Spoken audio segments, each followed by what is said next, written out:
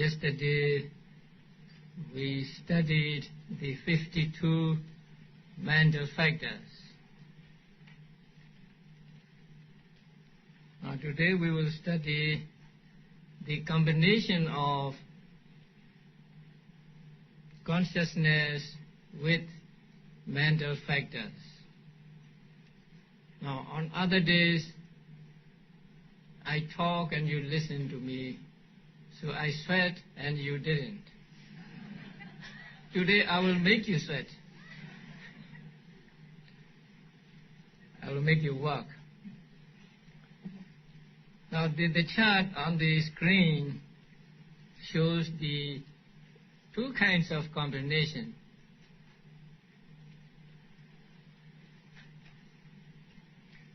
So this chart shows the combination two ways. Now if you read from top to bottom, it is one method of combination. Now, in order to differentiate the two methods, I will call this downgoing method Cetasika Cheta combination. That means we will pick up a Cetasika and then we will find out how many Cetas that particular Cetasika arises with. And if you read across, it is another kind of combination. We pick up a type of consciousness and then we try to find out how many Cetasikas arise with that particular type of consciousness. So we will call it Citta Cetasika combination. So there are two kinds of combination, Cetasika Citta combination and Citta Cetasika combination.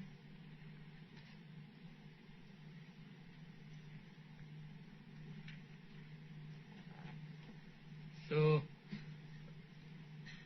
in the column of Cetasikas, they are grouped together.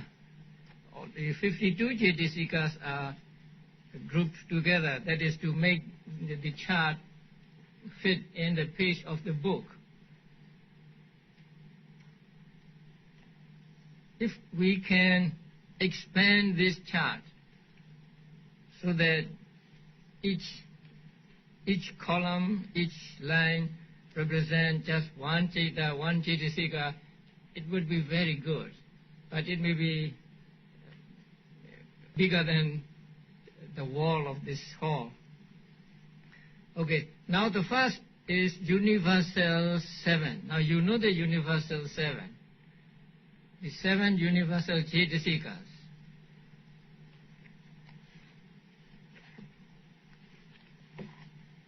If you look back, the list of Cetasikas, the universal 7 are contact, feeling, perception, volition, one-pointedness of mind, life faculty, and attention. Universal 7 represent these 7 Cetasikas. And then next line is initial application or vitaka. And then sustained application vichara. Decision adhimokkha. Energy virya. Zest piti, and desire chanda. And then next column is unwholesome universals 4. So they are delusion, shamelessness, fearlessness, and restlessness. And next is greed or lobha. And then wrong view, deity, and conceit, mana. A group of 3. And next, a group of 4, hate, dosa, envy, issa, avarice, machariya, and worry or remorse, kukuja. One mental factor when you do something wrong or when you have an unwholesome consciousness. And fearlessness of wrongdoing means you are not afraid of doing wrong things. You are not afraid of doing misconduct. So that is fearlessness. Shamelessness is compared to a village pig that is not disgusted of excrement.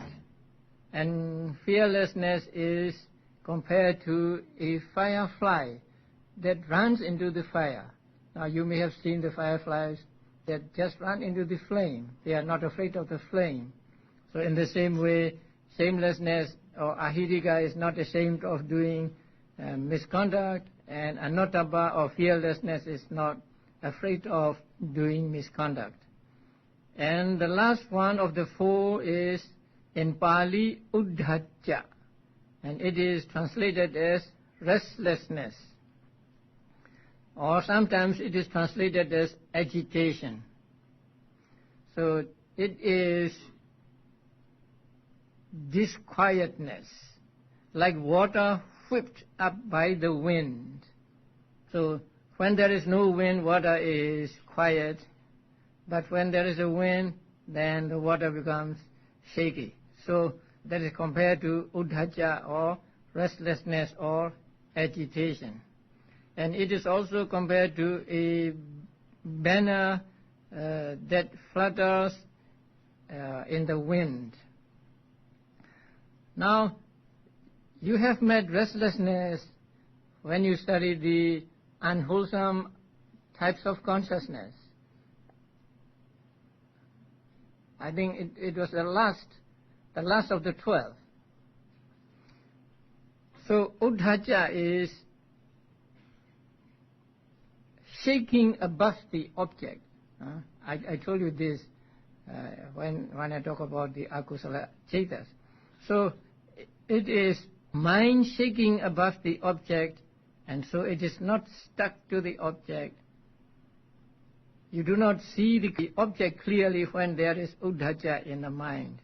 So that is called restlessness or agitation. And these four accompany every type of unwholesome consciousness. The next subgroup is named greed triad, or in Pali lobhatika. So greed triad are greed, wrong view, and conceit, or in Pali lobha, ditthi, and mana. Now greed here covers desire, longing, attachment, and clinging, craving, and so on. And this lobha is actually attachment to the objects. Now, you come across some object, especially a desirable object, and you are attached to it. Now, that is lobha arising in your mind. And this lobha is compared to a kind of, what do you call that? Sticky substance that comes out of a tree. Now there are some trees that have a sticky substance come out of the tree like gum. And when you touch that sticky substance, then your hand is stuck to it. It is difficult to take the hand from that sticky substance. Now it is described in the text that there is a monkey, and he sees this sticky substance in the sun, and so it is shining. So he put his one hand on the sticky substance, and it is stuck, and he couldn't remove it. Then he put the other hand, and then both hands are stuck. Then he put his one foot, and then other foot. These all four stuck to this substance. And then he tried to free himself, putting his face to the substance, and so he is stuck to it with all these limbs. So lobha is like that. So when we have lobha, we are stuck to this object. If I like this, then my mind is stuck to this object. I cannot take my mind away from it. That is why lobha is compared to that the sticky substance that comes out of the trees. So in this modern times, we may say, what do you call that? Glue stick, right? In the United States, there is a glue stick. You can use as a glue or gum. So this is loba. So loba includes all shades of greed, longing, attachment, clinging, craving. And the next one is ditthi, wrong view. Now the Pali word ditthi means just view. But if it is used alone, it almost always means wrong view. If we want to say right view, we use samma ditthi. We use the word samma in front of it, and so samma ditthi means right view. And if we want to be sure, then we may use miccha ditthi for wrong view. So when there is the word miccha in front of it, then it is wrong view. And when there is no other word but just ditthi, wrong view is also meant. So the ditthi is wrong view, and wrong view is seeing things wrongly. Seeing things wrongly means taking wrong things to be true. Now, Buddha taught that things are impermanent, but if we think things are permanent, then this is one wrong view. And Buddha said there is no soul, no self, and if we think there is a self or soul, this is also wrong view. And if we think that there is no karma or no karma results of karma, whatever you do is just doing, and things happen without any cause and so on. So these shades of views are called wrong view. And the third one is mana, conceit, or pride, or haughtiness. So we often take pride in ourselves, in our nation, in our country, and so on. So when there is mana in our mind, we think I, this is I. So mana is compared to a banner. It is always on top. So it wants to be on top always, and it is like flying in the air. So that is called mana or conceit.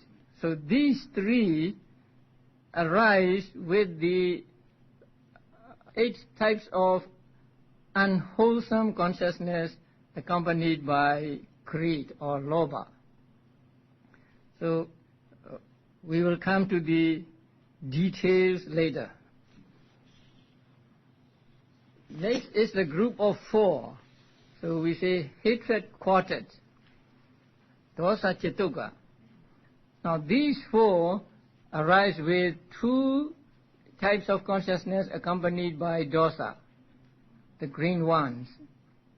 Now the first one is hatred or dosa. Here also dosa means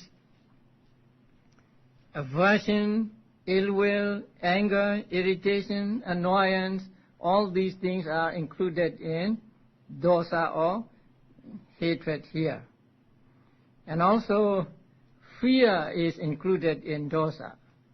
So the anger is aggressive anger, and fear is the passive anger. No, not getting angry, but your mind is not as it was before, and so the fear is also included in dosa. So when you are afraid of something, when you fear something, then one of the 2 types of consciousness accompanied by ill will arises in your mind. The next one is envy or issa. It is jealous of other people's success. If other people are rich, then we don't like it. If other people are more educated than ourselves, we don't like it, something like that. So that is called issa, and it is translated as envy. So envy takes the other people's success as object. So we see other people's success and then we are jealous of them. That is Issa. The next one is Machariya, avarice. Now Machariya is a little difficult to understand.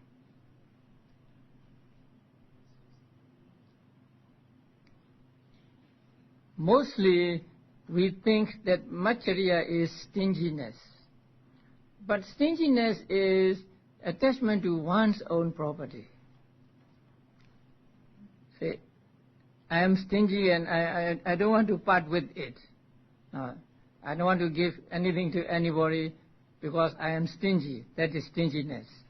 But Machariya is not stinginess. Machariya is intolerance of one's possessions being common with others.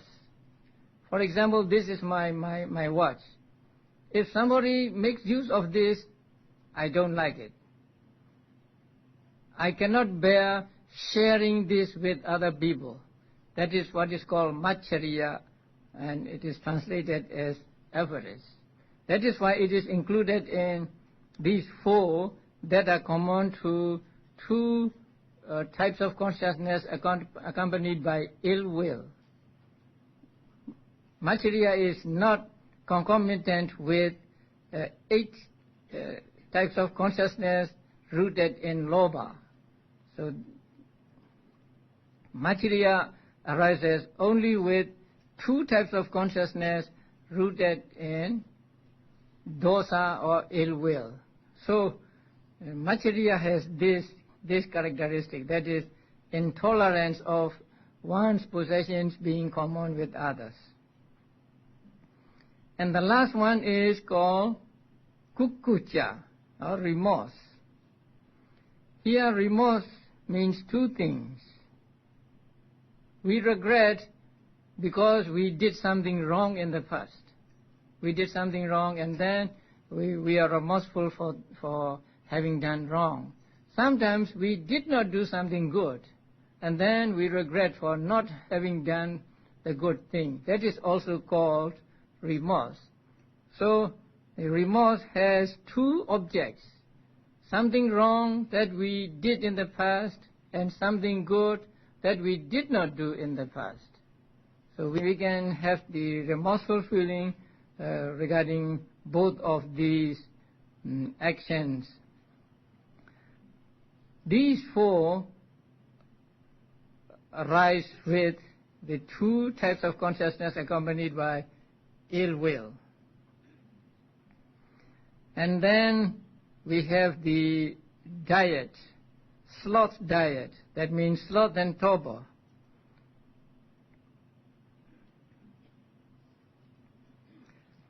Sloth is defined as sluggishness or dullness of mind. That means dullness of consciousness. And torpor is the sluggishness of the cetasikas or mental states. So sloth is the dullness of consciousness and torpor is dullness of mental factors. And these 2 arise always together because consciousness and mental states always arise together, and so these 2 also arise always together. And when we are sleepy, we say, I am inflicted by sloth and torpor, or sloth and torpor has come to me and say I'm under their influence. So when we feel sleepy, just we say sloth and torpor, or in Pali Tina Metta. Now, in some schools of thought, Buddhist schools of thought, metta is taken to be metta. They said there are 2 kinds of metta, one mental and one material. But that is rejected in Theravada Buddhism. So in Theravada Buddhism, metta is always mental and not material. I will not go into details about this. Now the last one is doubt, vicikiccha. Here doubt means indecision. Now doubt and wrong view are different. With regard to wrong view, you have made some decision. Say this is permanent. This is self or soul. You have made a decision, and that is wrong. But doubt is not like that. Doubt is indecision. You cannot decide between these two.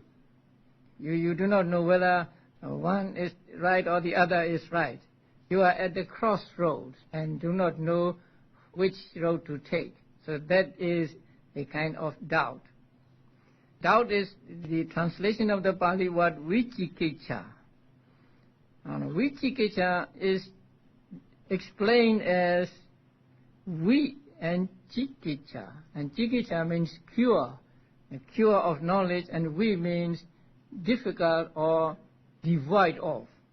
So devoid of the cure of knowledge, devoid of cure of wisdom. That means so long as you are in doubt, you cannot come to understanding. You cannot come to a knowledge, a true knowledge of the thing. So it is called vicikiccha or doubt. And here doubt means doubt about the Buddha, the Dhamma and the Sangha, doubt about the dependent origination, doubt about Four Noble Truths and so on. And when you practice meditation, doubt is a great hindrance. Because when doubt comes, you cannot carry on meditating. So you have to eliminate it, you have to deal with it efficiently. When you are in the real practice, you just be mindful of it, or you make mental notes of it to get rid of it. So now we've finished the 14 unwholesome mental factors, beginning with moha and so on. Now, how many of them have you met? You have met with lobha. You have met with deity. You have met with mana? Not yet. And you have met with dosa, asa, machiriya, kukuja? No. And tina mida? Maybe not. And doubt? Yes. So there are 5 hindrances regarding the meditation, and all 5 hindrances are from among these unwholesome mental factors. Now, the first of the mental hindrances is sensual desire, so that is lobha. And the second, ill will, or dosa. And then sloth and torpor. And then uddhacca and kukucca. So that means restlessness and remorse. And the last is doubt, vicikiccha. So the mental hindrances that we have to overcome in order to get concentration and see the true nature of things are all included in these unwholesome mental states. That is why so long as we are not able to subdue the mental hindrances, we cannot get concentration. Because unwholesome mental states and wholesome mental states cannot coexist. When there are unwholesome mental factors in our mind, there can be no wholesome mental factors. And samadhi or concentration is, regarding the meditation, a wholesome mental state. So wholesome mental state will arise and stay only when there are no unwholesome mental states in our mind. But if we have mental hindrances in our mind, then the concentration which is here, a wholesome mental state cannot arise. So that is why the subduing of mental hindrances is very important in the practice of meditation. So now we have these 14 mental factors that are called akusala or unwholesome. So as the name implies, they will associate themselves only with the unwholesome types of consciousness. Now the next group is called beautiful mental factors, sobhana cetasikas, and there are 25 of them. So we have more beautiful mental factors than unwholesome mental factors. And the first one of them is faith or saddha. Now saddha or faith is not blind faith. So it is faith founded upon understanding. This is having faith after coming to a firm decision. So faith in the Buddha, faith in the Dhamma, and so on. Now the second one is mindfulness. You are all familiar with mindfulness, sati. Now Pali word sati comes from a root called sar, and that means to remember. But sati is not just remembering. Sati is actually the full awareness of the object. Sometimes we use sati for remembering. But in the practice of satipatthana meditation, sati does not mean remembering. Sati means full awareness of the object, and that we call mindfulness.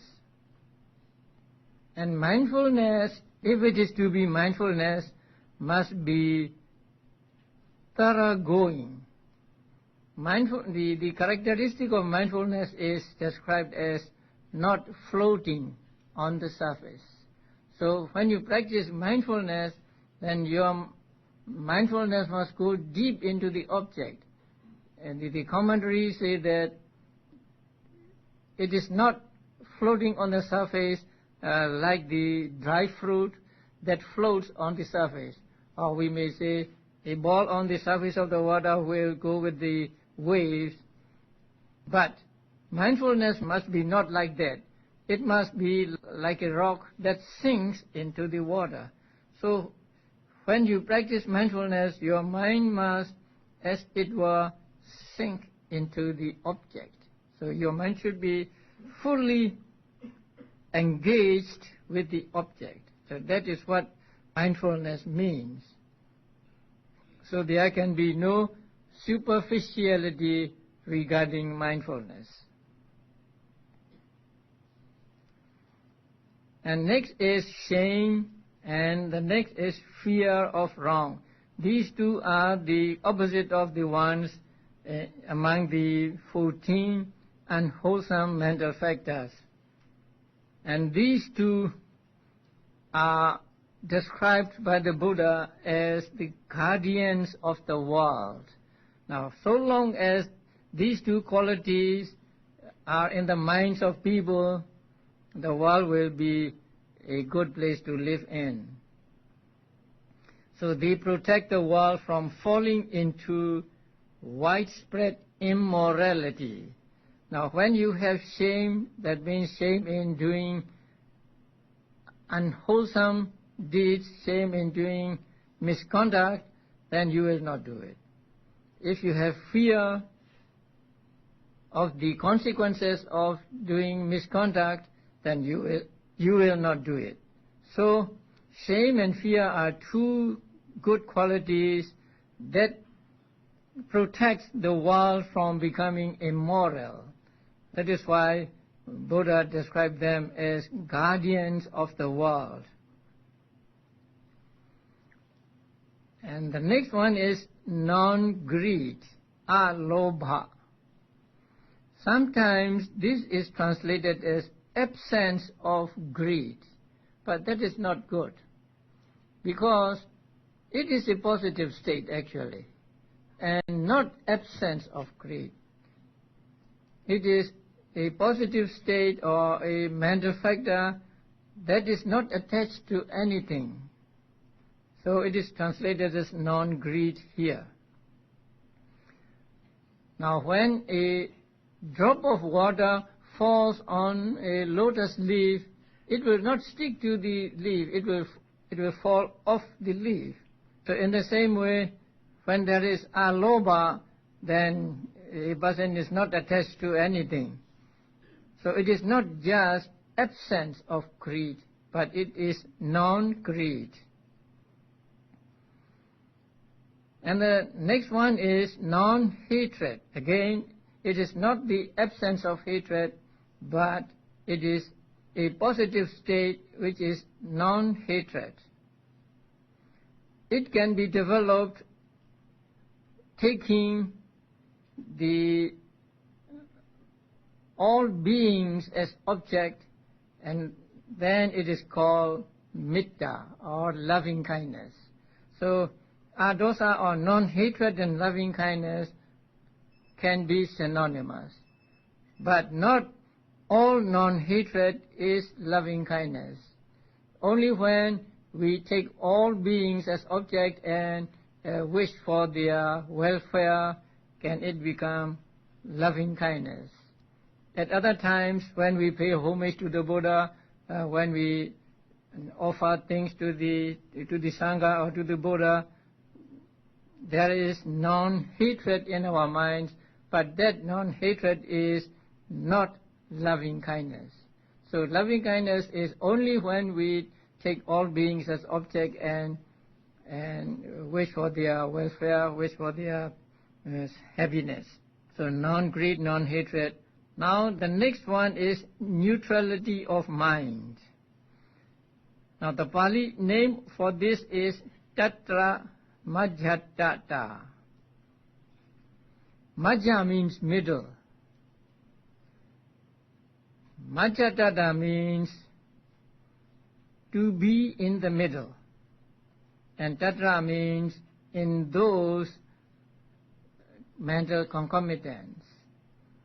So, to be in the middle among those mental concomitants. And it is translated as neutrality of mind. Now this is one mental state that keeps other mental states do their own function. Now it is compared to a charioteer driving a chariot drawn by, say, 4 horses or 6 horses. When the horses are running properly, the charioteer has not to worry about the running of the carriage, and so the charioteer just look on when the horses are running properly. So in the same way, when the other mental states are functioning, doing their own function properly, this neutrality of mind just look on. This neutrality of mind is often called upekkha. Whenever you see the word upekkha, please be careful. It can mean indifference feeling, or it can mean this mental factor, neutrality of mind, or tatra majjhatata. You are familiar with the 4 Brahma Viharas, the noble abidings, metta, karuna, mudita, and the last one, upekkha, right? So, that upekkha is not feeling upekkha. That upekkha is this tatra majjhatata upekkha. So when you develop upekkha, which is one of the 4 divine abidings, you try to be impartial towards all beings. You do not try to wish happiness for beings. You do not try to sympathize with them. You do not try to be happy with them. ability. When there is wrong view and when there is conceit, mind is said to be rigid. But these types of mental factors do not arise together with wrong view or conceit, and so they are free from wrong view and conceit, which create rigidity. Since they are free from rigidity, they are said to be soft. So, softness of mental body and softness of consciousness. The next one is wieldiness of mental body, wieldiness of consciousness. Now, wieldiness means you can do anything you like with that thing. When the clay is wet and soft, then you can make this clay into any shape you like. So that is what is called the wieldiness of mental body and wieldiness of consciousness. There are hindrances like sensual desire, hate, and so on. So when these mental hindrances are in the mind is difficult to manage. So they are said to be unwieldy. So when mind is free from these mental hindrances, the mind is said to be wieldy. So that means you can manage the mind in the way you like. And so these are the two mental factors, wieldiness of mental body and wieldiness of consciousness. And the next pair is proficiency of mental body and proficiency of consciousness. In Pali, what pagunyata means proficiency. It is opposed to unhealthiness of the mental body and unhealthiness of consciousness. Now, when there is lack of faith and so on, mind cannot take what it likes to take, and so the proficiency is missing there. So when there is no lack of faith in the mind is proficient in taking the things that are beneficial to it. And the last is rectitude or straightness of mental body and rectitude of consciousness. Now, it is opposed to hypocrisy and fraudulence. When there is hypocrisy or fraudulence, mind is said to be crooked. But these mental factors are free from the hypocrisy or fraudulence, and so they are said to be straight. So straightness of mental body and straightness of consciousness.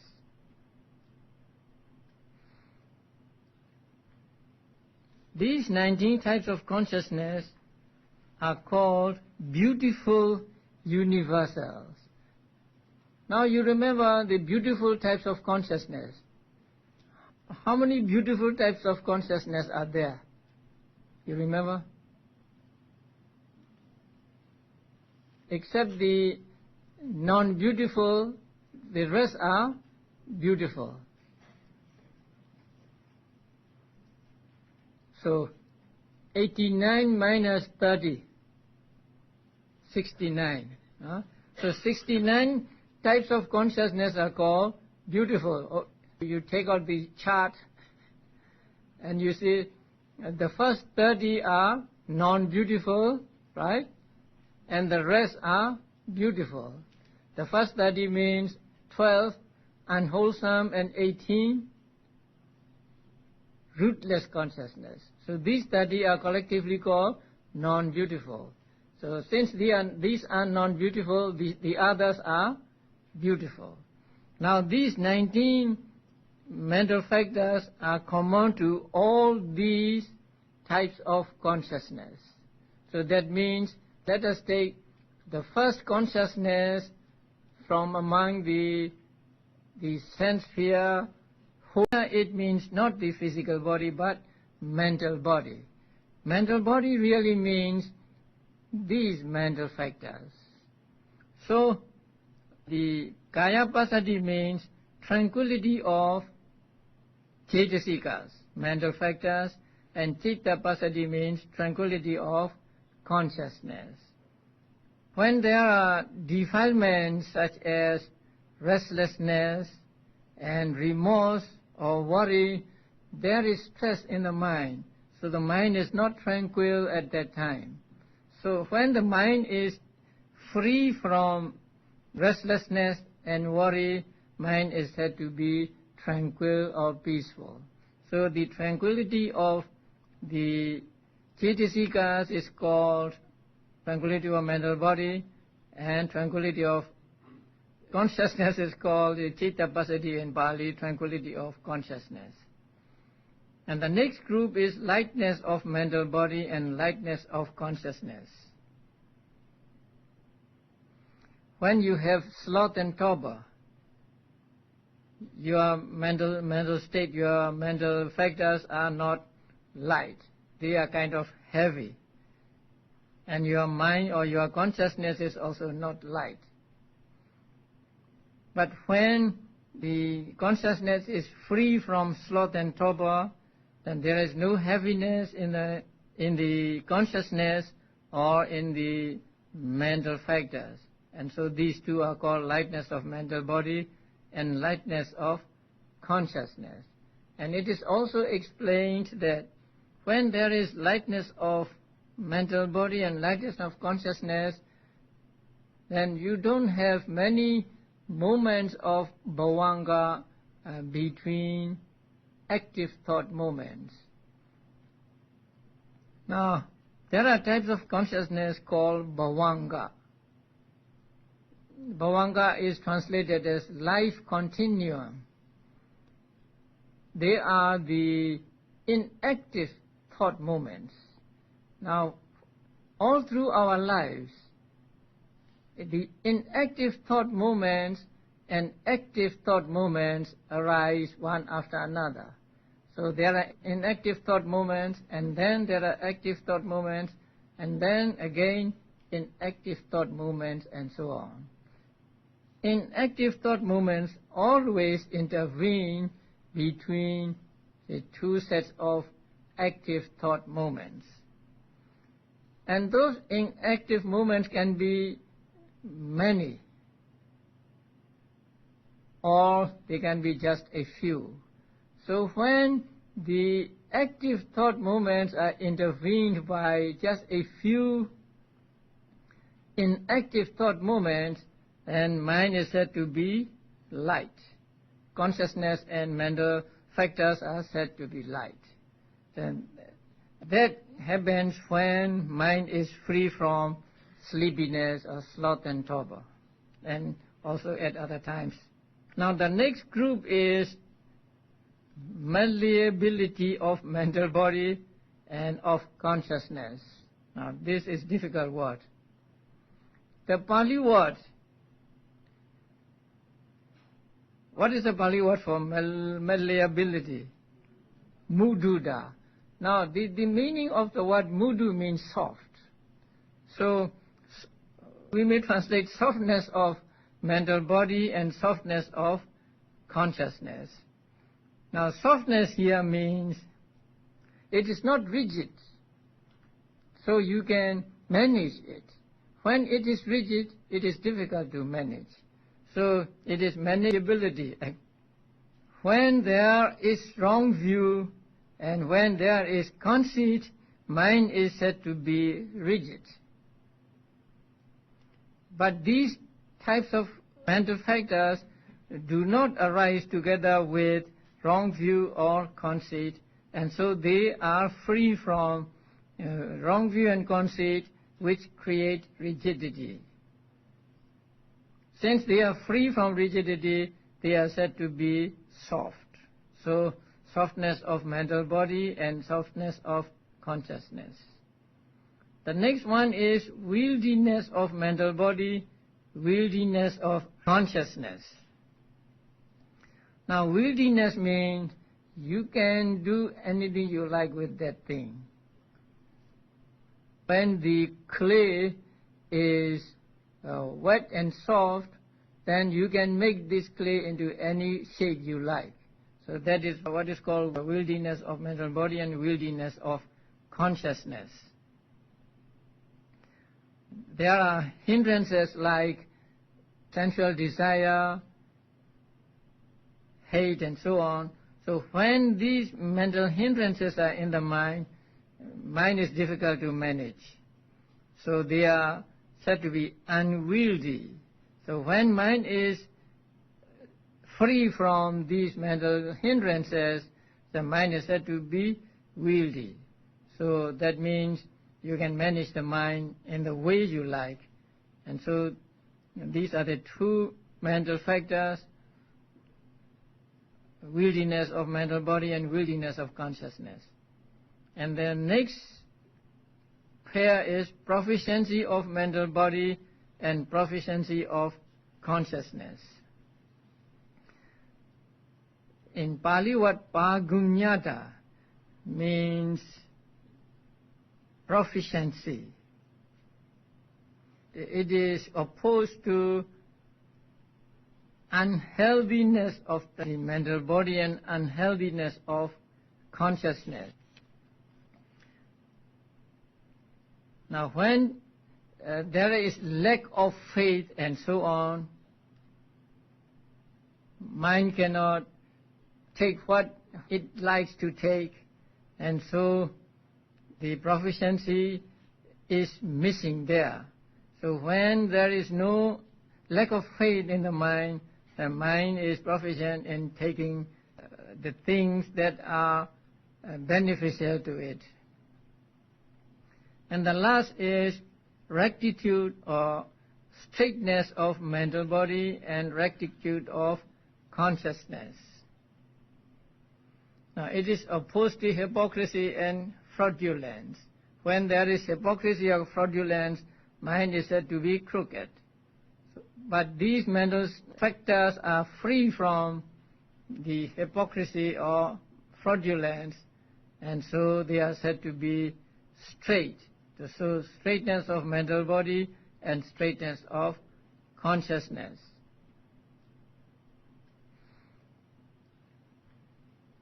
These 19 types of consciousness are called beautiful universals. Now you remember the beautiful types of consciousness.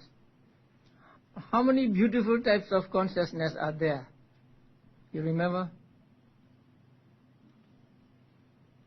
Except the non-beautiful, the rest are beautiful.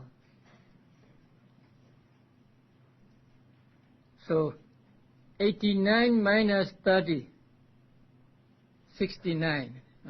So 69 types of consciousness are called beautiful. You take out the chart and you see the first 30 are non-beautiful, right? And the rest are beautiful.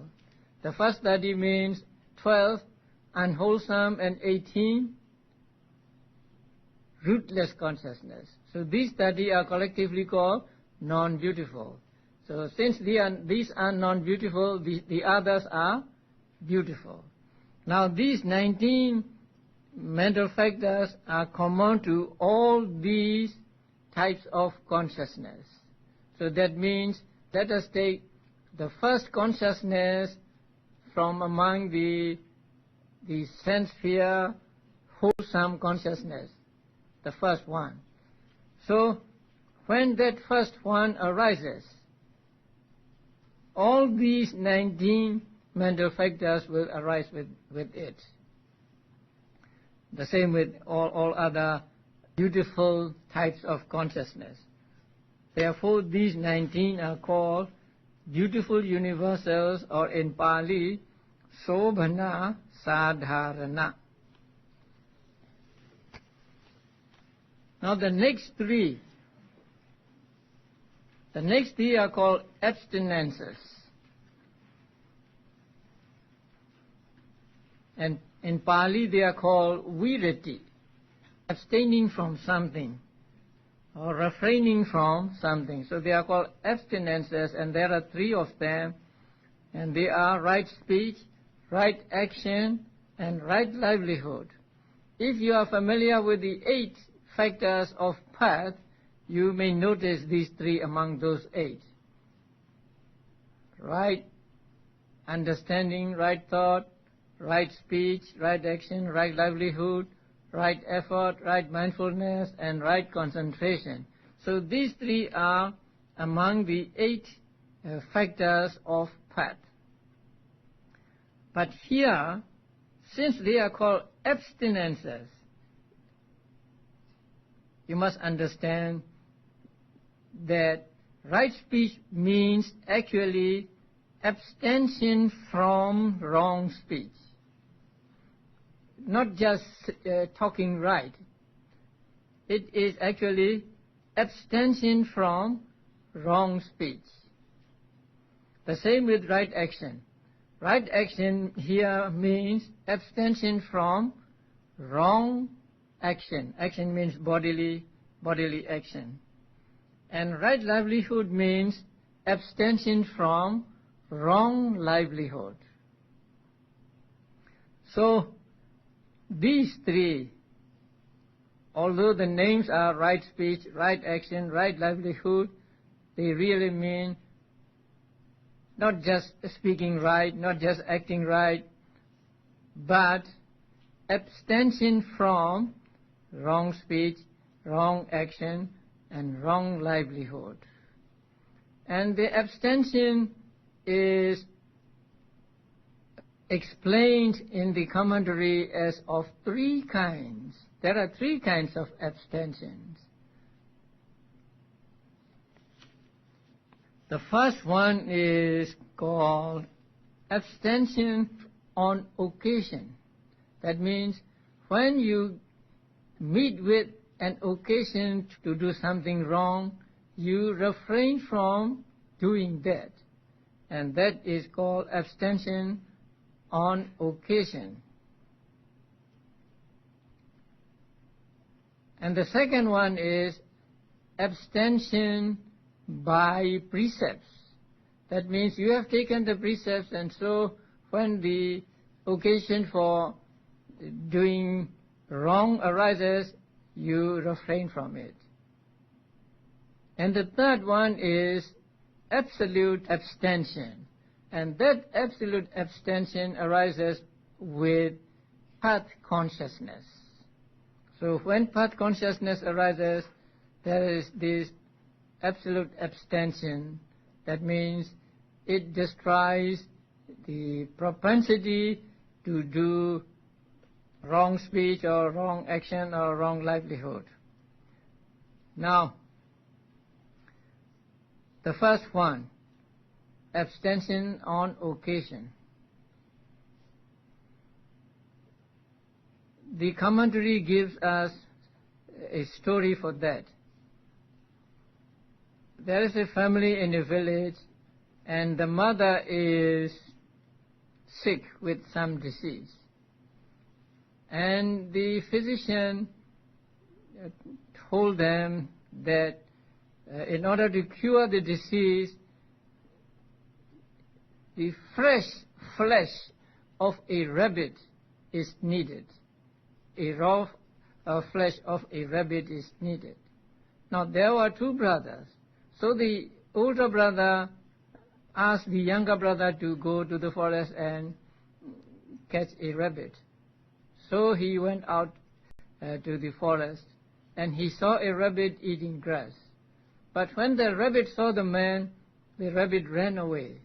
But as the rabbit ran away, it was caught in a creeper, and so it could not run away, and it was making like kee, kee, kee, and so on. So he picked it up and then thought to himself, now I have got medicine for my mother. I will make medicine with the flesh of this rabbit.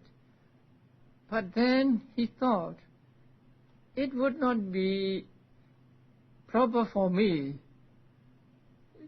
to kill a being simply because I want to cure the disease of my mother.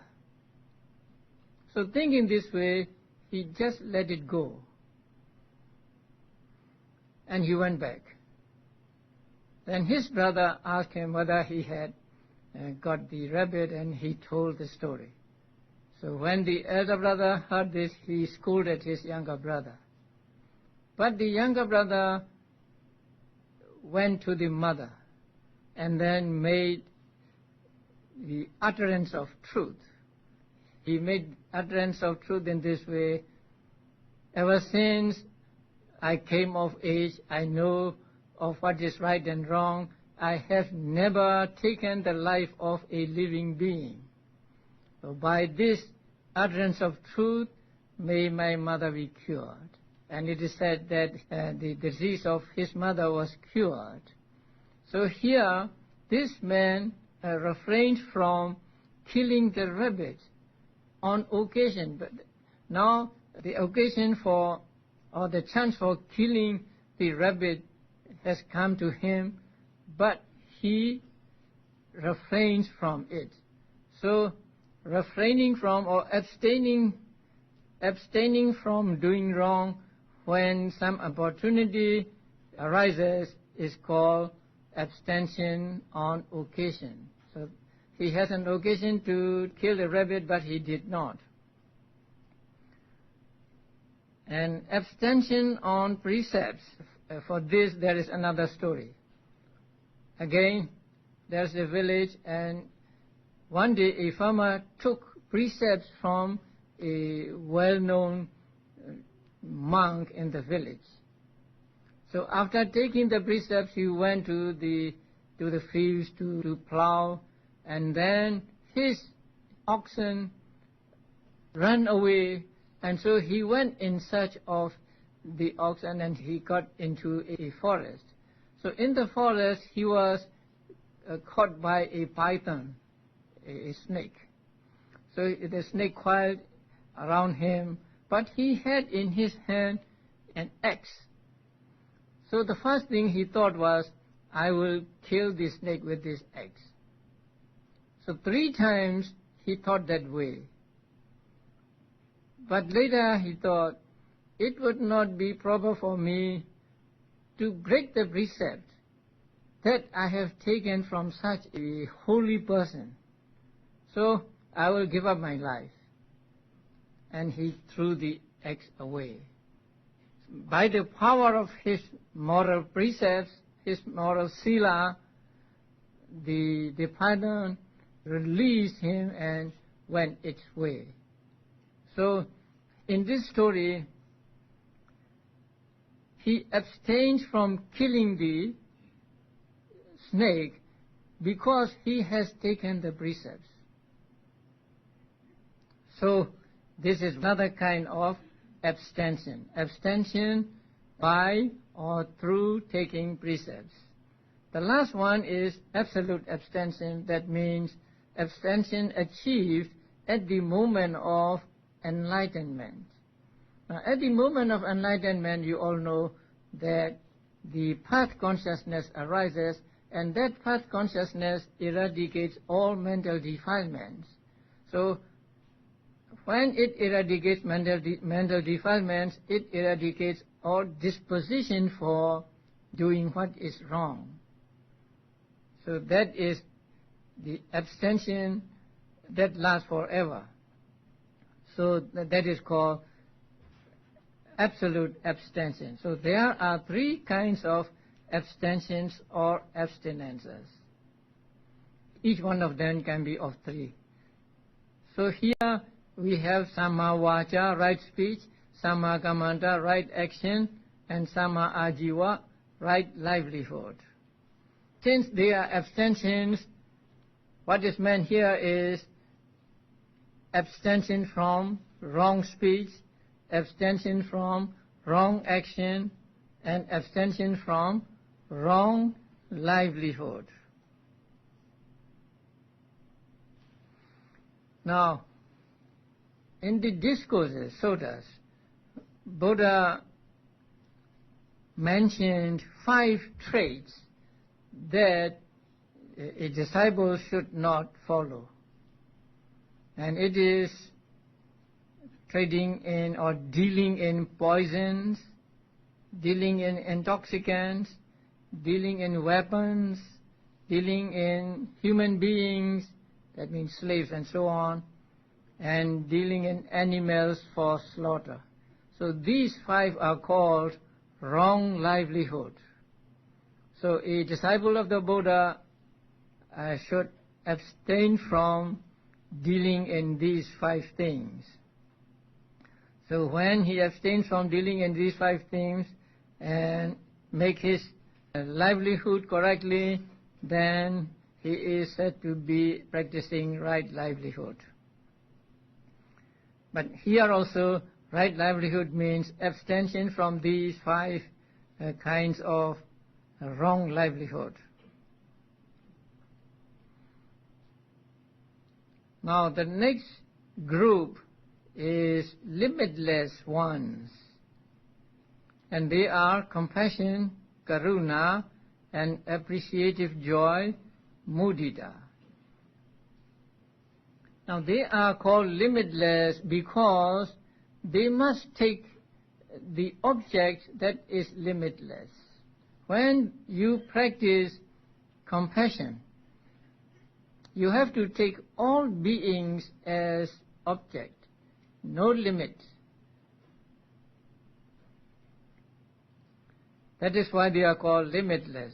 So limitless means limitless in the range of object. And when you practice appreciative joy also, you have to take all beings as object. Now, what is compassion?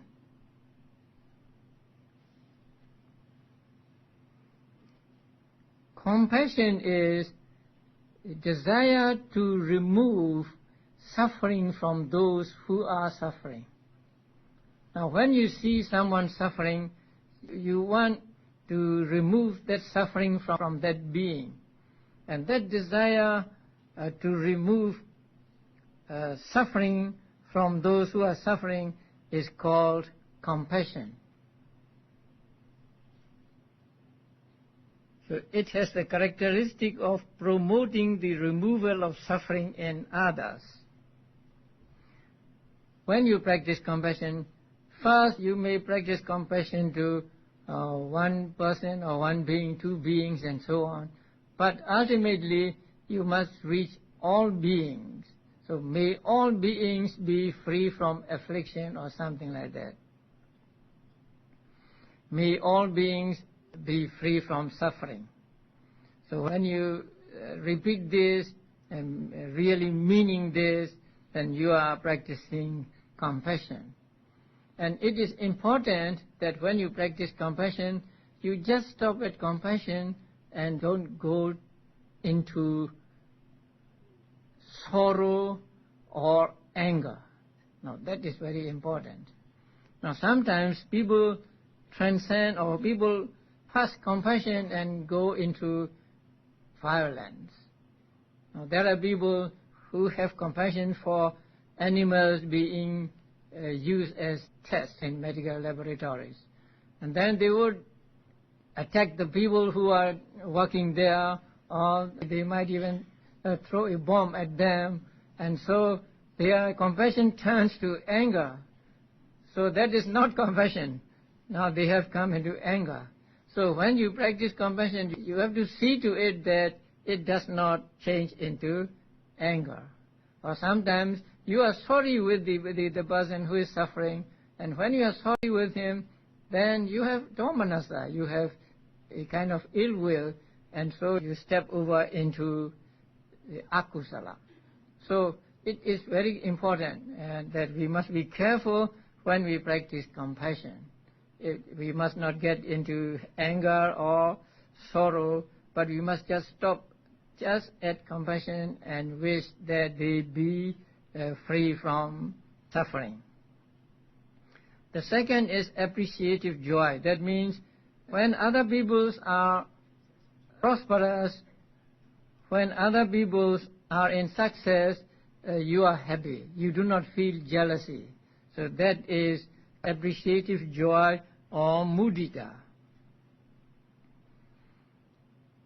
And mudita also should be practiced to all beings without exception, and so it is also called limitless. There must be no limit in the objects of the mudita or appreciative joy.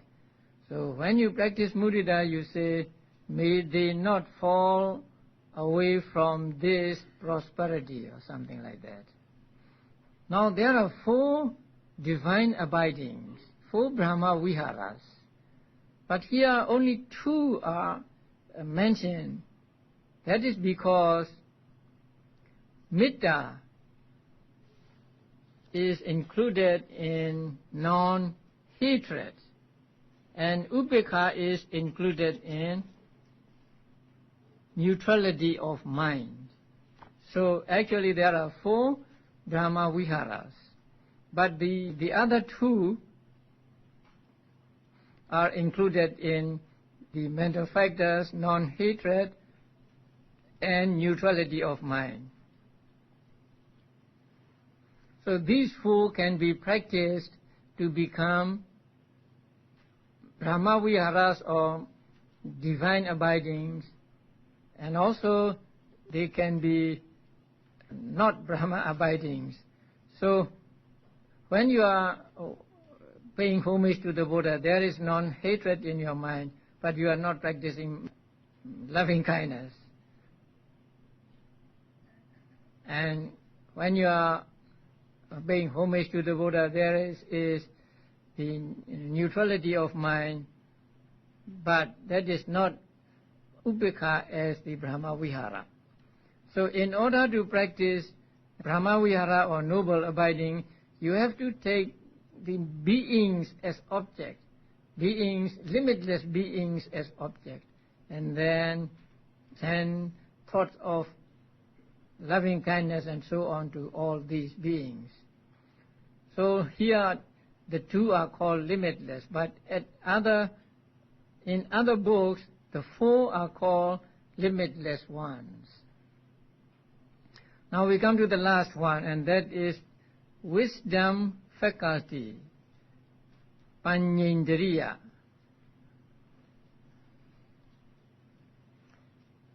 Actually, Panyendriya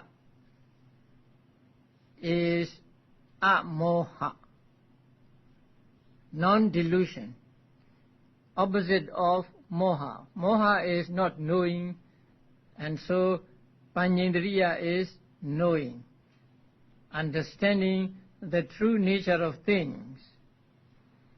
And since it exercises authority in its own field, it is called indriya, or faculty. And this Panyendriya or wisdom faculty has the characteristic of penetrating things according to their intrinsic nature. That means penetrating the true nature of things, understanding that things are impermanent, and so on. And it is compared to a light. So when there is wisdom, then we see things as they really are. When there is no wisdom, we are like in the dark. So it is the opposite of moha.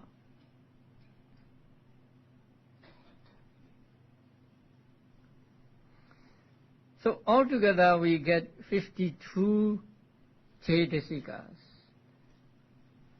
Some common to both unwholesome and beautiful, some common to akusala only or beautiful only.